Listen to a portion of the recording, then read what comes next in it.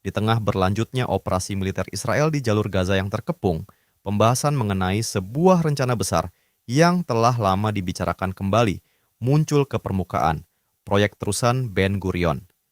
Dinamakan berdasarkan bapak pendiri Israel, David Ben Gurion. Proyek yang digagas sejak akhir tahun 1960-an ini bertujuan menciptakan jalur pelayaran alternatif sebagai pengganti terusan Suez, jalur pelayaran utama yang menghubungkan Eropa dan Asia. Namun, mengapa proyek ini kini kembali dibahas dan bagaimana perbandingannya dengan terusan Suez yang sudah ada selama ini? Mari kita telusuri bersama.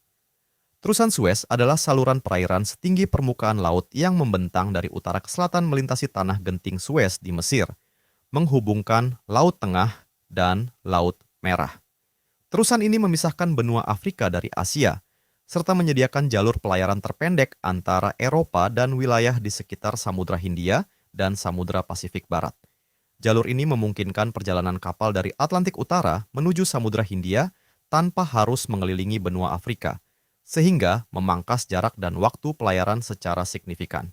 Karena peranannya yang sangat vital bagi perdagangan internasional, terusan ini sejak pembukaannya pada tahun 1869 senantiasa menjadi pusat persaingan dan konflik global. Terusan Suez membentang sepanjang 160 km dari kota Port Said di pesisir Laut Tengah Mesir ke arah selatan hingga kota Suez di tepi utara Teluk Suez. Pembangunannya memakan waktu 10 tahun dan resmi dibuka pada tanggal 17 November 1869. Dimiliki dan dikelola oleh otoritas terusan Suez, jalur ini dirancang untuk dapat digunakan oleh kapal-kapal dari berbagai negara, baik untuk keperluan perdagangan maupun keperluan militer, meskipun kenyataannya tidak selalu demikian sepanjang sejarah. Gagasan menghubungkan Laut Tengah dan Laut Merah sebenarnya sudah ada sejak zaman kuno. Serangkaian terusan kecil yang menghubungkan Sungai Nil dan selanjutnya dengan Laut Merah telah digunakan sejak tahun 2000 sebelum Masehi. Namun, hubungan langsung antara kedua laut tersebut dianggap mustahil karena dipercaya keduanya berada pada ketinggian permukaan air yang berbeda.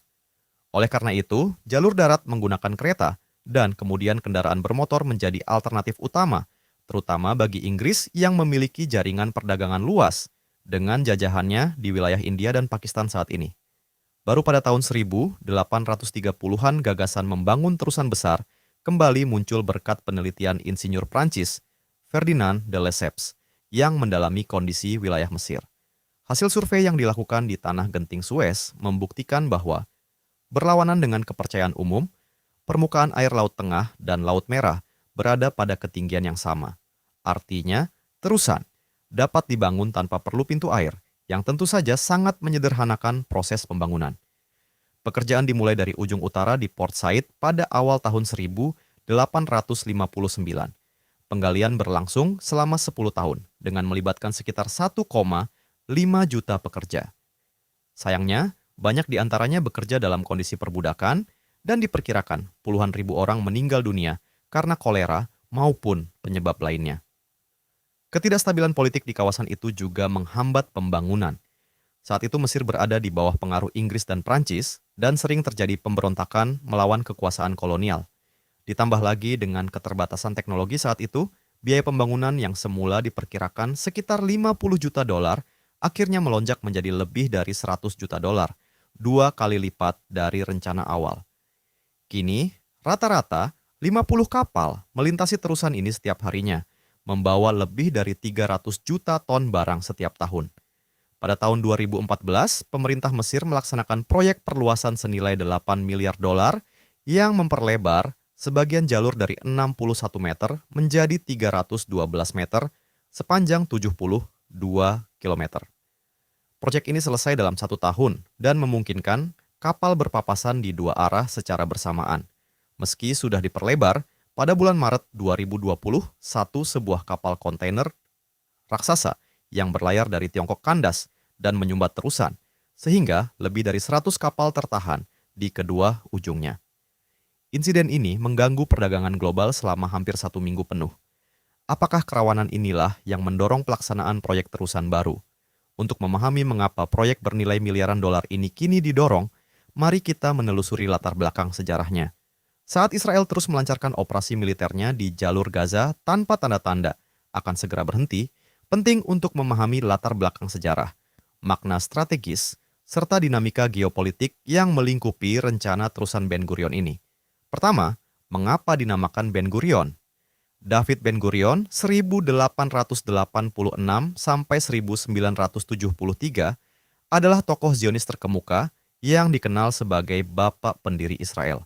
Ia digambarkan sebagai pemimpin yang tegas yang memerintahkan milisi Zionis untuk mengusir penduduk Palestina dari tanah mereka, sekaligus mendorong kedatangan imigran Yahudi dari seluruh dunia ke Palestina.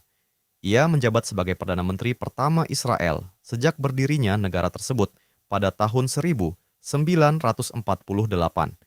Proyek terusan Ben Gurion sendiri sebenarnya telah diusulkan oleh Israel sejak tahun 1960-an. Rencananya, terusan ini akan menghubungkan Laut Merah dan Laut Tengah melalui ujung selatan Teluk Aqaba, melewati kota pelabuhan Eilat dan perbatasan Yordania, melintasi lembah Arabah sepanjang sekitar 100 km di antara pegunungan Negev dan dataran tinggi Yordania, lalu berbelok ke barat sebelum cekungan Laut Mati dan menembus lembah di pegunungan Negev. Jalur ini kemudian akan berbelok ke utara untuk mengelilingi jalur Gaza dan bermuara di Laut Tengah. Padahal, jalur penghubung antara Laut Merah dan Laut Tengah sudah ada, yaitu terusan Suez di Mesir yang menyediakan rute terpendek antara Asia dan Eropa, serta melayani sekitar 12% dari total perdagangan dunia. Pada tahun 2021 saja, sebanyak 20.625 kapal melintasi terusan Suez, naik 10% dibandingkan tahun sebelumnya. Pada tahun 2022, pendapatan dari biaya pelayaran mencapai 8 miliar dolar dan mencatatkan rekor baru sebesar 9,4 miliar dolar pada tahun fiskal yang berakhir Juni 2023. Jika terusan Ben Gurion benar-benar dibangun, ia akan menjadi pesaing serius bagi terusan Suez dan mengancam pendapatan Mesir secara besar-besaran. Panjangnya akan sekitar sepertiga lebih panjang dari terusan Suez yang saat ini membentang 193 km. Siapapun yang menguasainya akan memiliki pengaruh luar biasa terhadap jalur pengiriman minyak, gandum, dan barang dagangan dunia.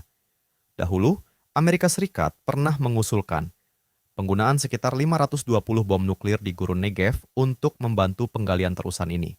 Kini, di tengah pembumi hangusan jalur Gaza, muncul dugaan bahwa Israel berencana memotong jalur dan menekan biaya dengan mengalirkan terusan tepat melintasi wilayah Palestina. Namun, keberadaan penduduk Palestina di sana menjadi hambatan tersendiri. Sejak memulai operasi militernya, Israel telah mendesak warga Palestina untuk pindah ke selatan dengan serangan udara yang terus-menerus di Gaza Utara. Setelah beberapa minggu, setidaknya 400.000 orang telah mengungsi dari utara ke selatan. Sementara itu, sekitar 800.000 warga Palestina masih bertahan di wilayah utara. Kampanye pemboman yang tidak memandang sasaran ini telah menewaskan sedikitnya 11.470 orang di Gaza, sebagian besar warga sipil, termasuk perempuan dan anak-anak. Konsep terusan Ben Gurion sempat tertunda selama puluhan tahun karena kekhawatiran mengenai dampak radioaktif serta penolakan negara-negara Arab. Namun, kesepakatan Abraham yang menormalkan hubungan Israel dengan negara-negara Arab membuka peluang baru.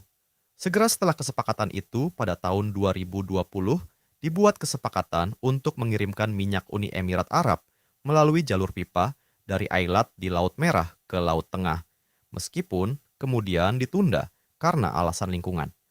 Pada pertemuan G20 September 2023, tidak lama sebelum serangan Hamas, diumumkan koridor India Timur Tengah Eropa yang akan menghubungkan India dengan Eropa melalui jalur darat, melintasi semenanjung Arab hingga ke pelabuhan Haifa di Israel.